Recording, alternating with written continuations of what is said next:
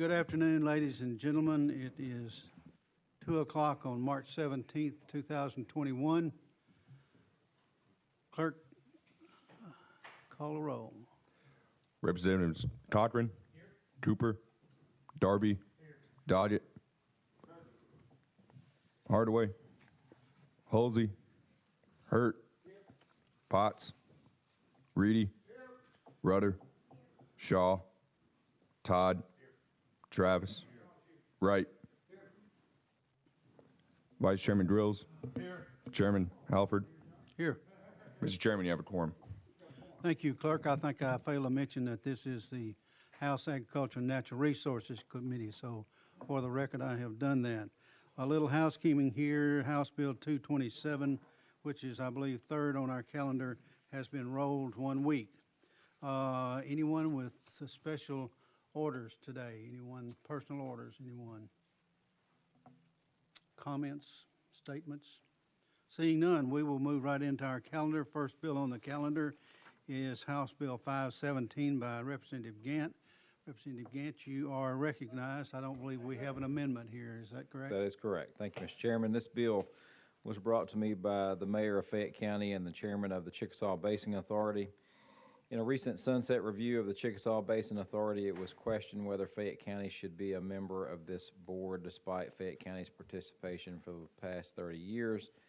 The current code is vague and needs revising. The ambiguity in the current code brought the question of Fayette County's participation. The intent of this bill is to resolve that ambiguity, and this bill clarifies that should a county desire to be part of the Chickasaw Basin Authority, the county legislative body must first express its desire to participate by resolution and then be approved by the Chickasaw Basin Authority Board of Commissioners. I believe I did hear a motion in a second. I believe so. Questions for the sponsor on House Bill 517? Question's been called on House Bill 517. All in favor will say aye. All opposed say no. Ayes have it. Goes to Finance. Thank you, Chairman and Committee. Come back, see us. Next is House Bill 729 by Representative Reagan. I don't see an amendment on this one either. Representative Reagan, you are recognized. Have a motion and a second on House Bill 729. Thank you, Mr. Chair and Committee. I bring before you an easy bill here. Some of you have been here long enough to remember the Energy Policy Council, which this body created some years ago. It's been very effective. They've already issued white papers, and they've advised the governor and other people with interest in the energy policy area on things that they need to be aware of. Most recently, they've taken up the question of electric vehicles, and they're actively creating another white paper on that brought this bill.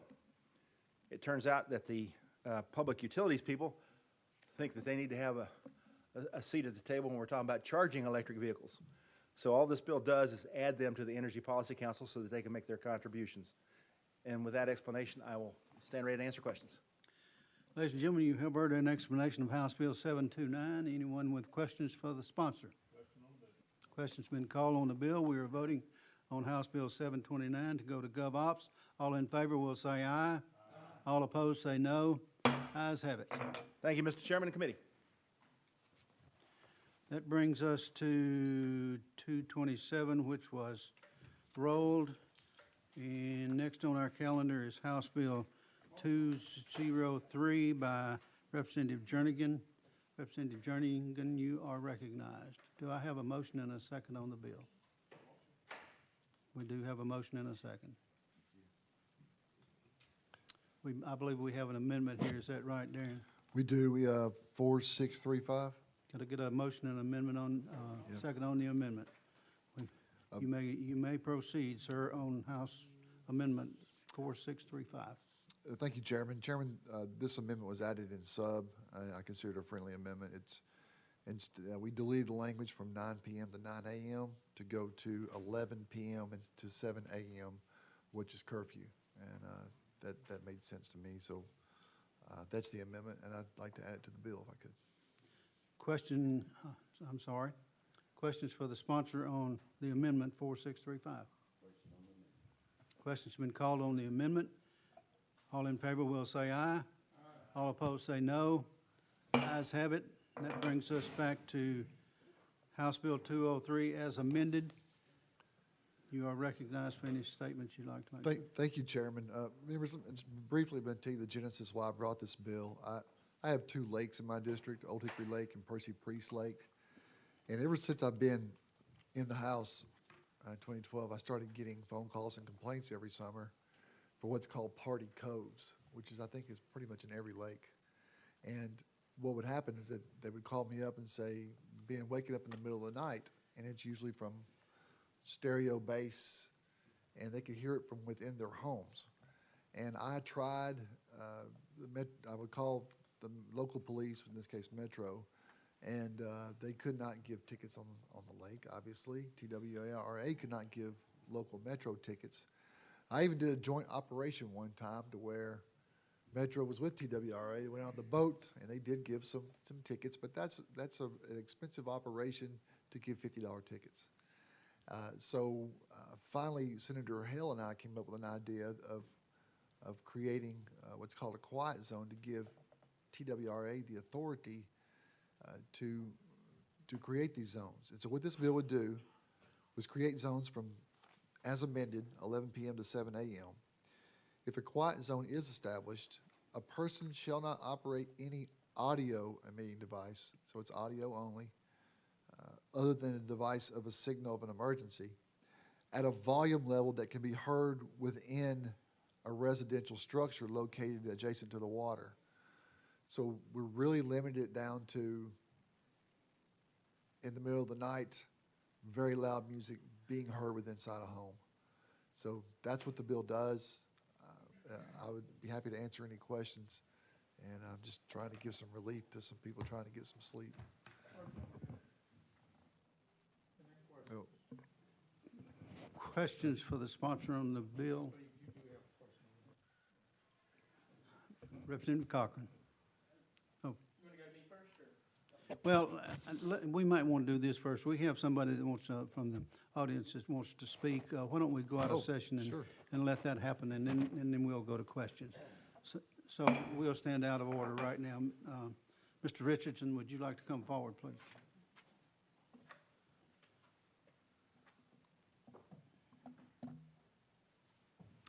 You are recognized, sir. Thank you, Mr. Chairman. Members of the committee, Chris Richardson, Assistant Director, Tennessee Wildlife Resource Agency. I want to first thank the sponsor for bringing legislation to us and working with us to get it in its current posture. Certainly there is language in the bill that makes us a little bit more comfortable with the ability for us to consider available resources and manpower when we establish these quiet zones. I do have some concerns that this program on a statewide basis could be popular from homeowners around the lake, and we could get a lot of calls and things to establish these quiet zones, which quite honestly will create some work for us to do to establish them through the rulemaking process, but we're accustomed to that from the no-wake zone. The way we establish no-wake zones, it would essentially be the same thing here. So I'd be happy to answer any questions as far as the committee may have for TWRA. Representative Grills, I think you were first on my list. Thank you, Mr. Chairman. Thank you, Mr. Chris, for coming up and talking to us about this. You have a lot of good officers there that work under you and with you, and I appreciate all the hard work they do. But I've been on here in this committee for this going on 2 years now, and the conversations we have off the record, you know, all behind in our offices and all with different folks and back home, where the TWRA seems to always be overreaching. And if we're going to give a TWRA the authority to promulgate new rules, we're giving them more authority. May have the best of intentions, but I believe TWRA has they're being so heavily scrutinized right now. The last thing we need to do is give you guys more authority to promulgate new rules. So for that, I'm going to be in opposition to this bill, not against you or your organization, but just on the principle of it, because we've got to make sure that we're doing things right. And I just, that's where I am for me and the District 77 that I represent. Thank you, Representative Grills. Chairman Todd. Thank you, Mr. Chairman. I guess I want to ask a question first. So what is the agency charged to do, just broad sense? Certainly on the boating side, which I think is where we'd be focused on this topic in Title 69, our charge is recreational boating safety. And the laws and statutes in the books that are contained within Title 69 are all aimed at keeping people safe on the water. Representative Todd? Thank you, sir. And that's what I had thought, because as I sat here and looked back at the different things that I know you guys enforce, it generally is around safety, certainly when it comes to boating. And this is not a safety issue. And I could see, especially with the caveat that's built into this amendment, that folks are going to probably have a false sense of satisfaction with this law if it were passed, because the agency's not going to be able to justify for whatever $50 fine, if that's what it is, to go put the manpower on the water and the equipment and go to these homes, check it out, because you've got to establish there was an offense first, and you've got to hear that sound inside that closed house, and then go back out and address whoever may be creating that. And I don't see that as a safety issue, and that's really what I wanted to vet out with you and make sure I was on the right track with the thought process. Thank you, Mr. Chairman. Thank you, Chairman Todd.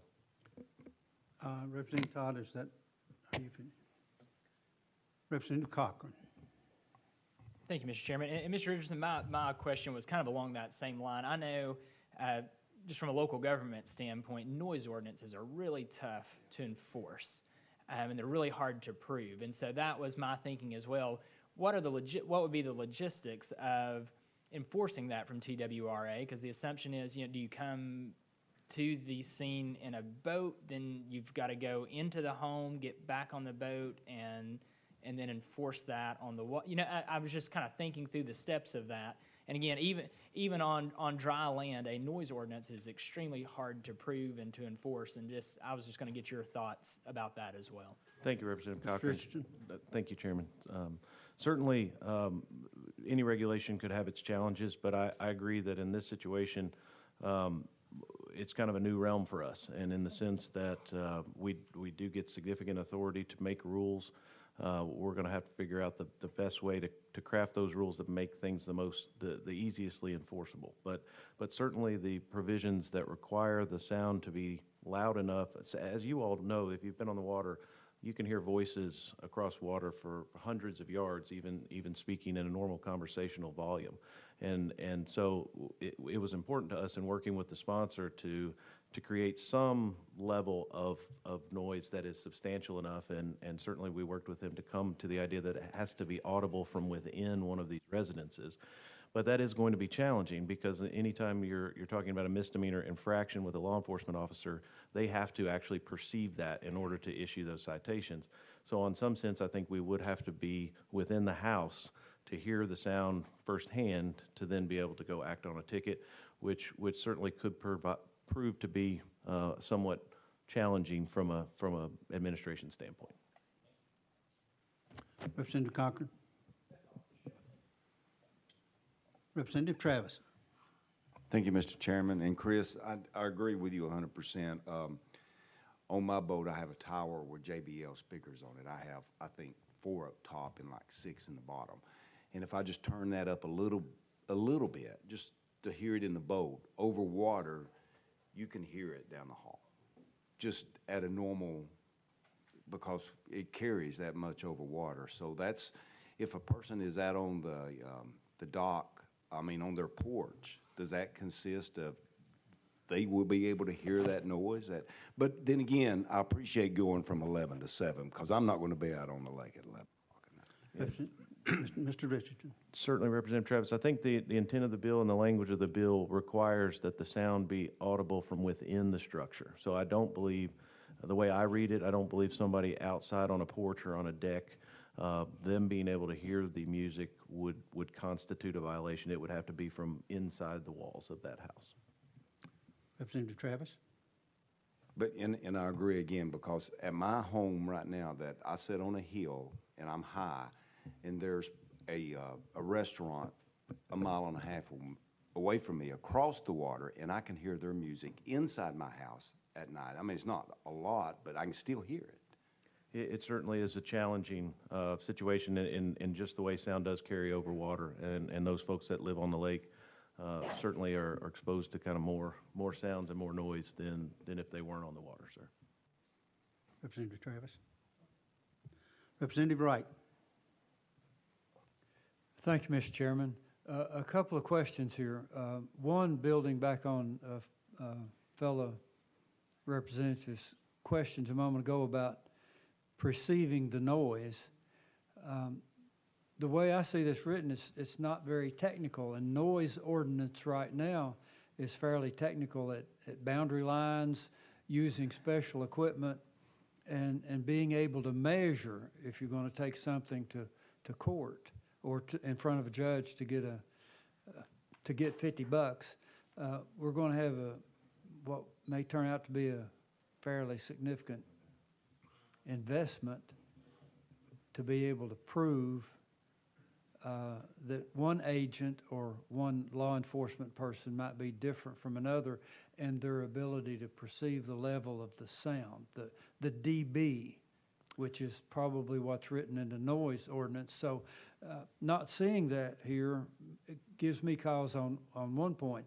But then the second question, if I don't know that that's the first one's not maybe a question, but the second one is this new alignment of noise over water. Is that relieving regular, as if I want to refer to what the code might be right now, does that let regular law enforcement off the hook as far as enforcing what noise ordinance might be in place right now? Mr. Richardson. Thank you, Representative. And certainly I don't believe that this additional regulation that we might promulgate through administrative rule would be in any way have any effect on a municipal ordinance that's properly passed and duly authorized. So I don't know that it would necessarily let an agency off the hook, such as a Metro Sheriff's Department or someone that had the ability to enforce those ordinances. But certainly it will create at least some dual efforts there. And certainly there could be some situations where our dispatch could be called and they say, no, that's a Metro noise ordinance call, and then a constituent calls Metro, and there could be some confusion there. So I think we would have to work very closely with those local law enforcement agencies to kind of align and assign the responsibilities if we were to enter this space. Representative Wright. Representative Shaw. Thank you, Mr. Chairman. I don't know, I think I'm hearing a lot of presupposing here. I think just the mere fact of people knowing that they need to keep the noise down at a certain hour is going to solve more of this problem than making an arrest. I don't know who's interested in making a $50 arrest, but I think for the mere fact of people just knowing, because I got neighbors who play in bands, and I mean, I could complain about them noise, but that's the house, you know. But I think the mere fact of people knowing, and I'd like for you to comment on this if you could, just knowing that it is against the law at a certain hour of the day for you to just go down the waters with your speakers blasting, that within itself, because when we speed on I-40, and all of us do, we still know the speed limit's 70. Yeah. And when we see a cop, we slow down. So can you just kind of comment on that? Mr. Richardson. Thank you, Representative Shaw. Certainly, law enforcement presence can affect behavior, and there's no doubt that an increased presence by itself, without necessarily an enforcement, can affect someone's behavior and compliance when they know that something is against the law. I think this situation has proved difficult, as Representative Jernigan, along with myself, have been talking about this for many years, and certainly there's been some details that have been done between our officers and Metro, but it is difficult for our officers to respond to an issue that they don't have any authority with which to deal with that situation. If we go out to a very noisy boat currently, if there are no safety violations or they have their life jackets, if there's no problems in that regard, we just have to say thank you and we go on our way, because there's not a violation of the law that we enforce or can enforce to quiet them down. Certainly we can encourage it, but if someone chose not to listen to us at this point, that would be their prerogative. Representative Shaw. Thank you, Mr. Chairman. And this is last comment, of course, and would you have someone to enforce the law in that area at that time limit? And would not the resident in the home have to be able to prove without a shadow of a doubt that that noise came through the walls into the house? And, I mean, would that not be a reasonable? Mr. Richardson. Yes, sir, Representative Shaw. My understanding under this, the legislation as proposed is we would, the requirement or threshold that the music be heard within the house would be a critical part of the prosecution. So whether that was done by the homeowner being a witness or swearing out an affidavit in that complaint, or our officers were in the home and actually perceived the sound themselves, that would absolutely be a requirement. As far as our personnel capabilities, certainly we are responsible for boating safety at all hours and 365 days a year, but our routine patrolling probably does not occur as much on all these waterways during that period from 11 p.m. to 7 a.m. So I think depending on the nature of a quiet zone or how many of these we establish, certainly we may have to consider additional shifts for those officers and potentially additional part-time boating officers to cover those hours. Because our guys certainly during the summertime are covering a lot of water for Tennessee, and to add a whole nother level of enforcement on something that's somewhat new and certainly different hours than we're accustomed to regular patrols, it would be something we would have to look at pretty hard to determine if we had the resources and manpower to pull this off before we would establish a quiet zone. Anything further? Anyone else have a question for this witness while we have him? If not, we will go back into session. Thank you, Mr. Richardson, for Thank you, being Mr. here with Chair. us today. Anyone have questions for the sponsor on the bill as amended at this point? Representative Travis. Thank you, Mr. Chairman. Chairman Jernigan, you know I'm crazy about you. Oh, can I make a quick, I just- can I make a quick comment? Nope, I've got the mic. I'm sorry. Okay. But I'm crazy about you. And I just want you to know your constituents should be very happy that you brought this bill, but I've got to be a no on this today. Thank you. Anyone, any other questions for the I'd like sponsor? to make Seeing none, He wants to. I'd like to make a you're comment, recognized. just at least based on what TWRA just said. If I'd known that TWRA still had concerns for this bill, I wouldn't have ran it. So, but they never came to me, which is very disappointing. Two, the lack of critical thinking on TWRA is stunning. I gave them opportunities to promulgate rules. We talked about this. That I said, look, all you have to do is say, okay, the homeowner calls Metro Police. They come out, they hear it. They call it in to their fellow law enforcement, and then it's done. And we put that in the rule, right? I didn't put it in here because I want them to do it.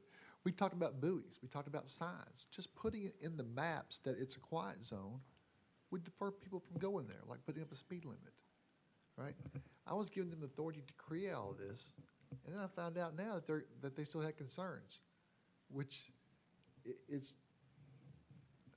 very unprofessional. I don't like it. Mr. Chairman, thank you. Thank you. I'm going to take the bill off notice. Representative Jernigan. Okay? Thank you. The bill's off notice. I don't think we ever had a motion. Bill's off notice. That brings us to the next bill on the calendar, which is House Bill 1230 by Representative Sherrill. Representative Sherrill, you are recognized.